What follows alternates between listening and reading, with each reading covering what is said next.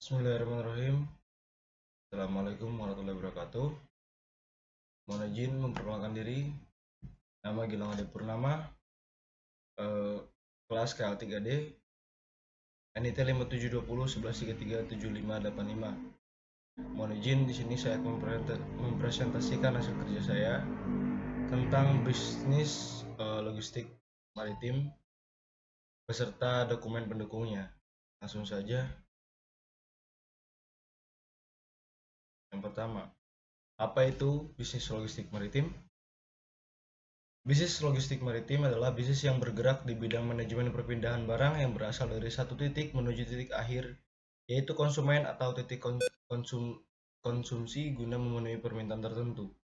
Jadi sama saja seperti definisi logistik darat.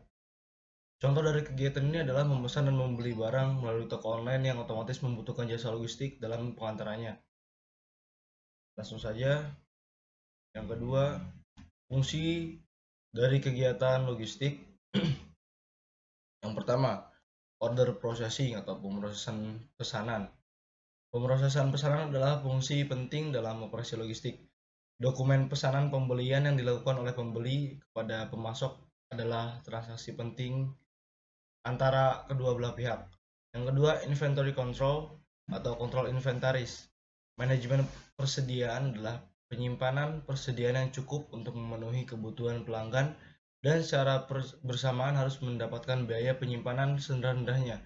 Hal ini pada dasarnya adalah keseimbangan antara layanan pelanggan agar tidak kehilangan peluang pasar dan biaya untuk memenuhi adalah sama.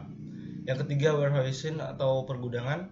Warehouse atau pergudangan adalah proses penyimpanan barang. Jadi sampai barang tersebut dijual ke tangan pelanggan, selama produk selesai dan menunggu distribusi, barang disimpan pada sebuah gudang agar produk dapat terpantau dan terawat sebelum sampai ke tangan pelanggan.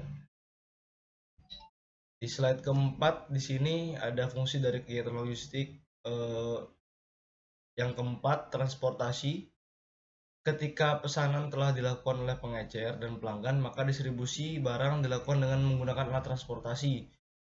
Biasanya perusahaan besar mengelola transportasi sendiri dengan menggunakan jalur darat yaitu truk. Namun beberapa perusahaan besar lainnya juga mendistribusikan dengan menggunakan kapal laut ataupun pesawat terbang. Yang kelima, material handling and storage atau penanganan dan penyimpanan material. Sistem penyimpanan penting untuk memanfaatkan ruang secara maksimum.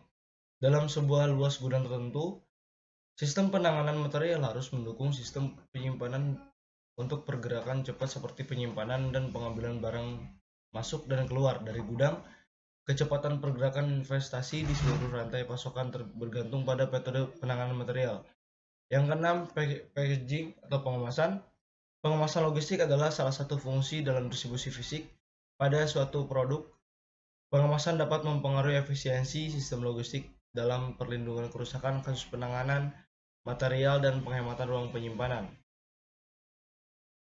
Yang terakhir, logistik maritim adalah tentang pengangkutan barang atau delivery dengan kapal dari pelabuhan asal ke pelabuhan tujuan dengan sebagai satu sistem adalah sebagai berikut. Yang pertama, fungsi utama pengiriman, membedakan kargo dari pelabuhan ke pelabuhan. Pelabuhan terminal operasinya penerima pengiriman, bongkar muat kargo, bongkar muat, mengumpulkan ke transportasi darat, kargo ke penelusuran, pemesanan kapal, dan mempersiapkan dokumen yang diperlukan untuk pengangkutan laut dan perdagangan atas nama pengirim. Kegiatan pendukungnya, pengirimannya dokumentasi yang berkaitan dengan perdagangan laut, pelacakan kontainer, dan informasi lain yang termoda.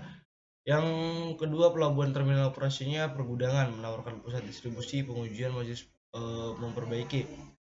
Lalu kargo penelusurannya manajemen persediaan, pengemasan gudang, dan yang pengemasan gudangan.